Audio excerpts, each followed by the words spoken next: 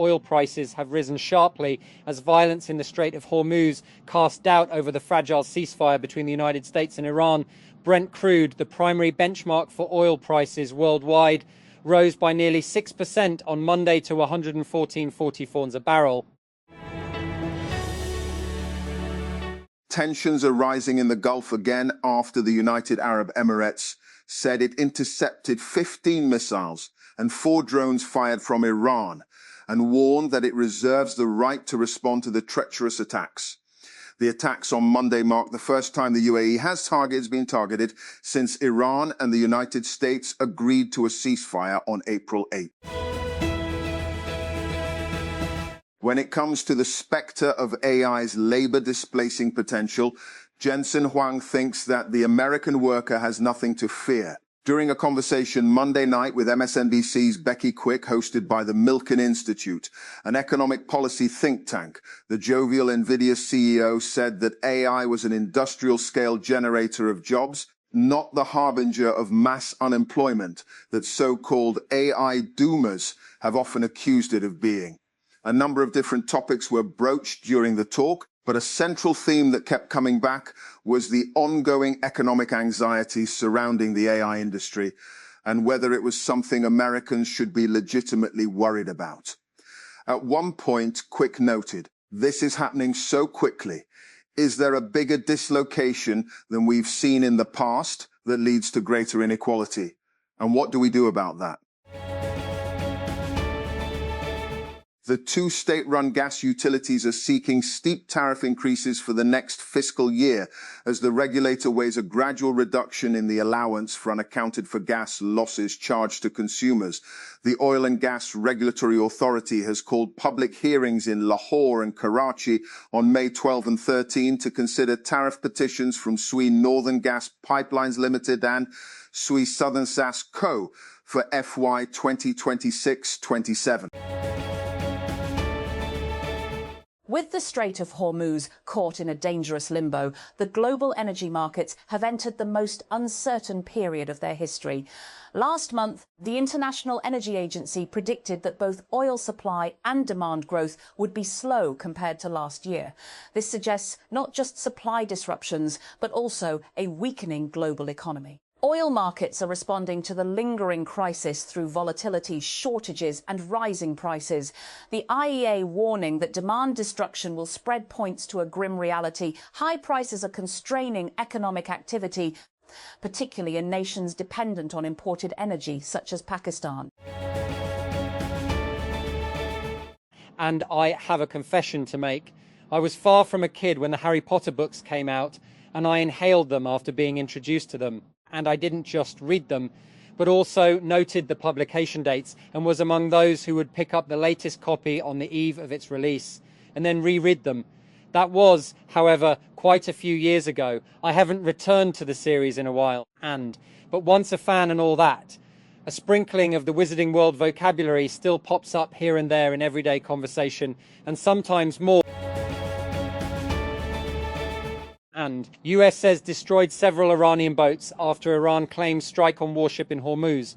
Trump warns Iranian forces will be blown off the face of Earth if they try to intercept US vessels.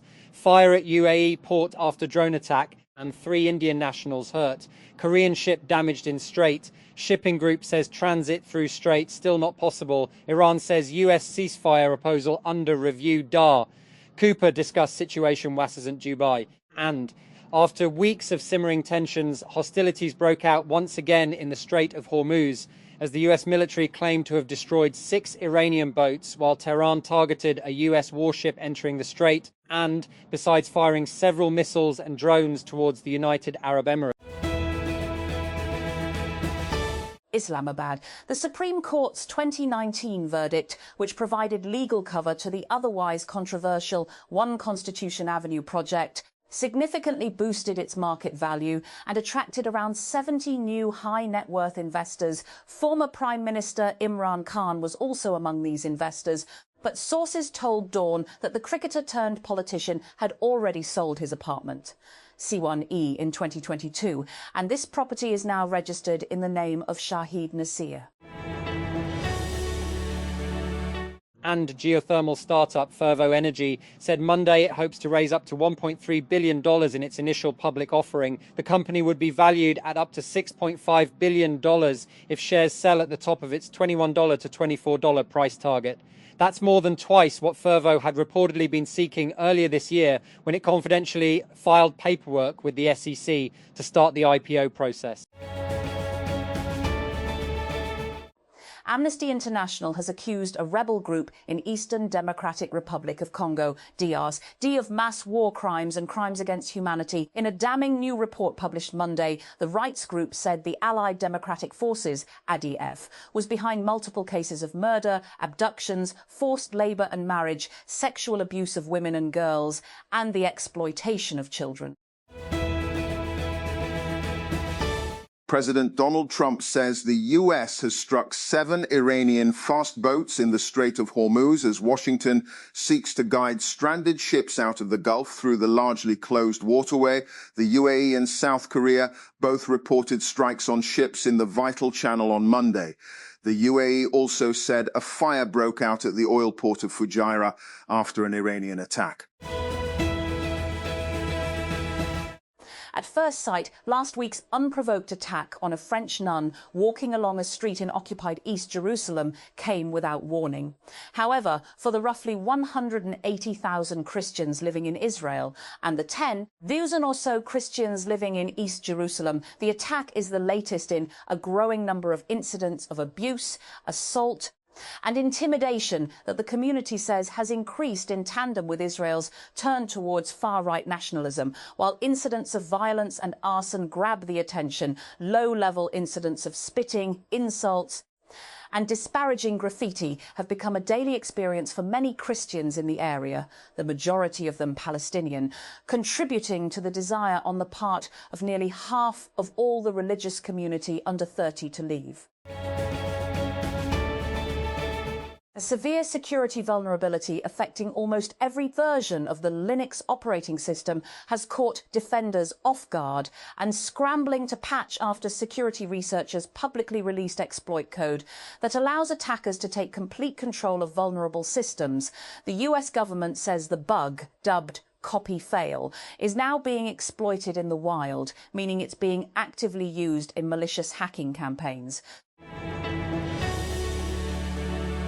US President Donald Trump has warned that Iran would be blown off the face of the earth if it attacks United States ships as tensions around the Strait of Hormuz push the truce between the two countries to the brink. Hostilities were renewed in the region on Monday as Iran attacked the United Arab Emirates, and Trump said the US military shot down 7 small Iranian boats near Hormuz. Brazilian President Luiz Inácio Lula da Silva is expected to travel to the United States to meet with his counterpart Donald Trump later this week.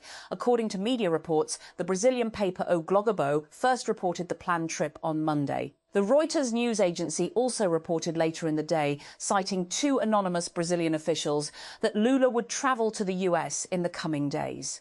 One source said he was traveling on Wednesday for a meeting with Trump the following day.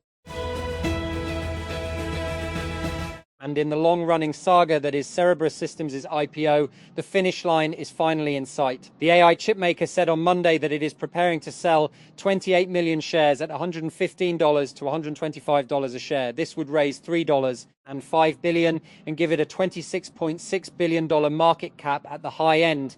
That would be a nice bump in just a couple of months for the late investors who piled into its $1 billion Series H at a $23 billion valuation in February. And it would also be a boon to OpenAI and a few of its executives. Russia and Ukraine have declared competing unilateral ceasefires in their 4-year war. Russia announced on Monday that its ceasefire would be between May 8 to 9, when it traditionally marks Victory Day in the Great Patriotic War, as it calls World War II, with a major military parade in Moscow. Kyiv said later that it was calling its own ceasefire for May 5 to 6. And Israeli forces detained 2 activists after stopping the Gaza-bound Sumud flotilla off the coast of Greece. It happened in international waters nearly 1,000 kilometers from the Strip. And Russia on Monday declared a unilateral ceasefire with Ukraine between May 8 to 9, when Moscow marks its annual World War II Victory Day commemorations, and threatened a massive missile strike on Kyiv if Ukraine violated it. Ukraine responded by declaring a truce of its own between May 5-6, saying it was not serious to expect it to observe a ceasefire during a Russian military holiday. 23 innocent bystanders have been killed and 30 wounded in gangland shootings in Sweden over the past 3 years, according to statistics that highlight the country's battle to rein in violent crime. Sweden has struggled for more than a decade to contain gang violence linked primarily to score settling and battles to control the drug market. The innocent victims include people hit by stray bullets, cases of mistaken identity, and relatives of targeted gang members, according to the police statistics released on Monday. And the leader of Mali's military government, Assimi Goïta, has taken on the role of defense minister following the killing of the previous minister in last week's uprising by rebel groups. State television channel ORTM reported on Monday that Goïta was taking on the post following the death of Sadio Kamara in large-scale attacks by an al-Qaeda-linked group working with Tuareg separatists. Former Andreessen Horowitz investor Katie Haun announced on Monday in a press release that her firm has raised $1 billion across new funds to continue its thesis of backing crypto and blockchain. The capital will be spread across startups at early and later stages, Bloomberg reported, and within the crypto and blockchain space, it will be used to back startups focused on alternative assets like gold and other commodities, the agentic economy and financial services. And image model releases are driving growth for AI mobile apps, generating 6.5x more downloads than traditional model updates, according to a new report from app intelligence provider AppFigures. This marks a shift from earlier days when the release of new models powering the conversational experiences drove more demand, alongside the new features like a voice chat interface. And tackling methane emissions in the fossil fuel sector would help efforts to hold back climate change and increase energy security, especially as the Iran crisis threatens global supplies and, according to a report by the International Energy Agency, IEA, the oil, gas and coal industries account for about 35% of all methane emissions from human activity, notes the IEA's Global Methane Tracker 2026, and released on Monday. However, there is little progress in reducing them, the report points out. The Zambian government has suspended negotiations with the United States on multi-billion-dollar deals for health services, and Minerals Foreign Minister Malambo Haimbe said on Monday that the proposed agreements have stalled due to Washington's unacceptable terms and demands for preferential treatment. The United Arab Emirates, UAE, on Monday formally withdrew from the Organization of Arab Petroleum Exporting Countries, SOPEC, just days after exiting another bloc which shocked energy markets. The announcement follows the UAE's earlier exit from OPEC and the wider OPEC Plus alliance. Islamabad, the National Accountability Bureau, NAB, Karachi on Monday, announced the recovery of 80 acres of government land illegally allotted to Baria town in the Gulshan-i Salmas housing scheme in Hyderabad's Der Ganjo Takar.